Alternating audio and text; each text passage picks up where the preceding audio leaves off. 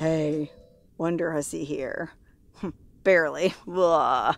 Man, I am hung over. Problem is, I stayed out too late last night with my friend Larry. He's got his own YouTube channel. We do a lot of exploring together. Well, he's also a photographer. And he just shot a bunch of pictures of me yesterday for my new calendar for the year 2020. I shot a bunch of kind of fun, sexy cheesecake pinup photos for my new calendar. Larry took all the pictures of me yesterday out at this ghost town, and boy, we put in a lot of work on that calendar. And then to celebrate, we went out afterwards to see this band. And oh man, well, Larry lives in his car way out in Death Valley. I live in Las Vegas, so Larry came into Vegas and actually he camped overnight in his car in my driveway. And he's used to sleeping way out in the desert where it's like peaceful and quiet, and there he was. I live right in the middle of downtown Las Vegas, all these sirens and helicopters, and he said he slept pretty good and it was pretty quiet. But we didn't go to bed till pretty late. It was like 2 a.m. But we still wanted to go exploring the next morning. So we got up and, well, we didn't really get going until about 10 a.m., which is kind of a late start, especially because it's November and it gets dark at 5 p.m. But we still had a good 7 hours of daylight to use. So we thought, what can we do kind of in this area? So we just started looking at Google Maps, and well, we found these mysterious looking ruins, foundations way out in the desert.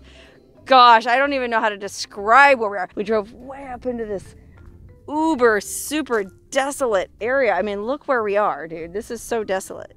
I mean, you can see for miles and miles and miles in the distance there. Actually, I'm not sure you can see. I'll zoom in. You can see that road running diagonal there. That's the road we came in on across that really desolate valley. So now we're out here in the middle of nowhere. But good old Google Maps, we plugged in the coordinates and it took us right to the ruins of this old mining camp. Now, from the looks of it, this place is pretty busted and looks like it's been abandoned for many years. So the odds of finding anything cool artifact-wise here are probably pretty low. But you never know. It's also so friggin' far off the beaten path. Who knows? We might actually find something cool. So I think what I'm going to do here is just go poke around the ruins and see. It's one of those places where you just kind of poke around and see what you can see. But before I start poking around, I want to show you guys my latest innovation. You know how I'm always exploring places and I go, oh dang it, I left my flashlight in the car, or oh dang it, I don't have my mask on, whatever. I'm always forgetting my stuff. I do carry it with me, but I always have it in my rig here with all my other stuff. I mean, like any good desert explorer, I don't roll around with an empty cargo hold. I mean, these are just my mattresses. Oh, here's like the sneak peek of the inside of my bed. It's just a big piece of upholstery foam, and then a layer of memory foam that I put on top of that. It's folded in half, and I don't have it made up because I'm not camping out tonight. We're so close to Vegas. I'll just be able to go home and sleep in my bed. But I always roll around. If needed, I could spend the night in there. I've got some emergency blankets back here. I always roll with a couple gallons of water. That's a little air compressor there. You know, just a few, flashlights, stuff like that that I might need. But for exploring, I recently decided what I needed was a small bug out bag.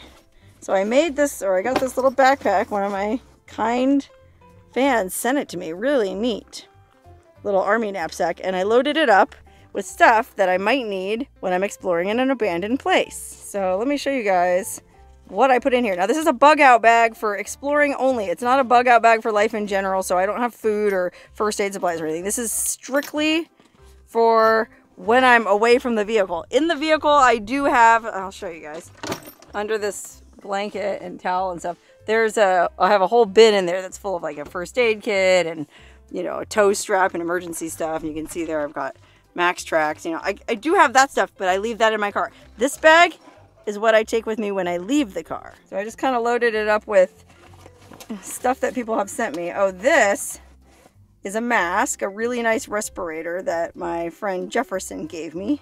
Thank you, Jefferson. And then here's this is an infrared thermometer for when I go to hot springs so I can check the temperature of the water before I get in so I don't scald myself. This is a bug out bag for any kind of adventure, not just for exploring, also for hot springs. Oh, this is cool. This is a knife that I got. It's like a little stubby little guy, but it also comes with a flint. on it. So you can strike that and start a fire if you need to. I haven't actually played around with it yet, but it seems like something that would be really useful to have. Let's see what else I have in here. I've got a flashlight. Some hot hands in case it gets cold for winter exploring, because sometimes my fingers get really cold holding my camera. Some little binoculars, because sometimes you find yourself, you know, up on a ridge and you want to get a closer look at some ruins out in the distance. Well, those binoculars come in handy for that. What's here? Oh, here's some latex gloves, bunch of latex gloves for poking around unspeakably filthy things, as I am wont to do. Oh, I think I put some stuff in this little zipper part on the side here. Oh, somebody sent me these essential survival guides. I mean, I'm probably not going to need those while I'm exploring in an abandoned building. I just didn't know where else to put them. And same with these little tools. You know, I figure that might come in handy for something, who knows. And I also have a good old-fashioned Swiss Army knife in there. Just in case I need to open a bottle of wine when I'm in an abandoned trailer. You never know. That's another little flashlight too, in case the other one dies. Okay, so I got my bug out bag strapped on and I'm ready to start poking around this site.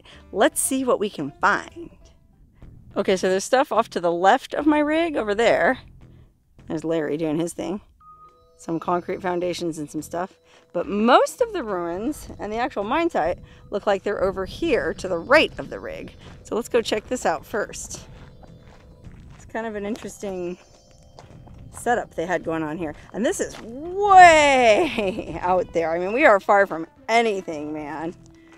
Well, apparently not everything, though, because there was looks to be a pretty substantial mine shaft here. And look at the sign. Federal mining claim. I mean, I guess all mining claims are federal, or I don't know if that's like a special deal or what. But it's not filled in. It's interesting. But it's certainly graded off. They don't want anyone going in there. Now, just to go back to the sign for a sec, it says, all persons are warned that disturbance of the monument's surface or improvements on this claim or removal of minerals or intent without permission of the claimant will result in their prosecution. It doesn't say anything about no trespassing in it, so let's see what we can see. I mean, it's boarded off. I've actually never seen one of these covered like this. Usually you just see them graded off, you know? Like, well, the hole itself here is graded off. But I mean, to be honest, I'm pretty skinny, and I could probably squeeze through that crack there if I wanted to. I just don't know if it's really worth it. Can't really see down there too well. It's pretty dark. But oh wait, I'm wearing my bug out bag and I have a flashlight. Let's get that out and see if that helps. Okay, honestly, it's so friggin' bright out here and it's so dark down in this mine that I don't know that this thing's gonna do any good. If I had my big Olight Marauder, that might do something, but let's see. Oh gosh, can't see anything. It does look like it goes down pretty deep. And yeah, well, part of me does want to climb down there. But another part of me thinks it's a terrible idea to go down there half-cocked, hungover, and, well, I'm not operating at 100% today. I'm probably only at like 90%. And it gets even worse, man. My friend Scott, he was actually out with us last night too. He invited me to go see Fleetwood Mac tonight, so that was another reason why we picked this place to explore, is I can be home and cleaned up and ready to go by 7 p.m. So I'll be going to see Fleetwood Mac later. But anyways, back to my explore. Put my flashlight back in my old bug out bag. Boy, I feel like Lara Croft Tomb Raider wearing this backpack full of survival gear. I guess I should get a like a utility belt that I could just hang my flashlight from, so I could have that stuff more easily accessible. Might be handy. Anyway, let's check out this old building here. Okay, so Larry's theory was that's the mine shaft. To get out whatever it was that they were mining there, they would have had to have some kind of winch pulley mechanism with a motor, and that would have all been housed inside this structure, which apparently is called a hoist house. I didn't know that until just now. Larry told me, and it makes sense because there's actually a tavern in Goldfield called the Hoist House Tavern. I think it's in Goldfield, Nevada. I always wondered why it got that name. Now I know. Well, anyways, this was a building just basically meant to house the mechanism that was pulling stuff up out of the mine shaft. And you can see inside here, whew, it has been picked clean over the years. But in front of the hoist house here, there's more ruins. It looks like somebody actually came out here and collected all this bits of broken pipe, I guess. Interesting. But yeah, it's just detritus, mining detritus. And it's interesting because, I mean, this is basically just a big junk pile of litter. right? That some people left in the desert. And, you know, if you came out here today and just left a bunch of beer cans laying around, well, they'd have your ass in a sling. But somehow these old miners get a pass because their junk is interesting to look at, you know? So I guess if once something becomes old enough, then it's interesting. Like even this, which is surprisingly not a beer can, it's a Starbucks coffee can. I guess even that will become interesting in like 50 years. Okay, well, there's really not a whole lot left here. You can see concrete foundations. I think those are settling ponds behind me. That's what Larry was saying, where they would dump the ore and separate out the sediment from the ore by, I guess, soaking it in cyanide or something ungodly.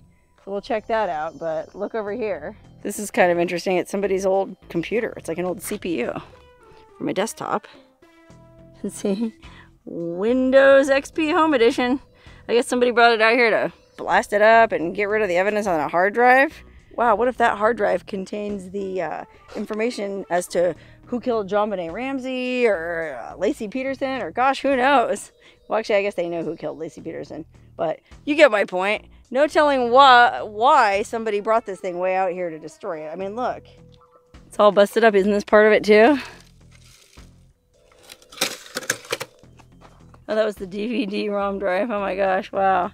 But that also kind of goes back to my point about litter. Like right now, oh gosh, this is unsightly litter. But hey, in 50 years from now, it's going to be real interesting stuff. I mean, this already is like a relic. There's kids today who are probably like, CP who?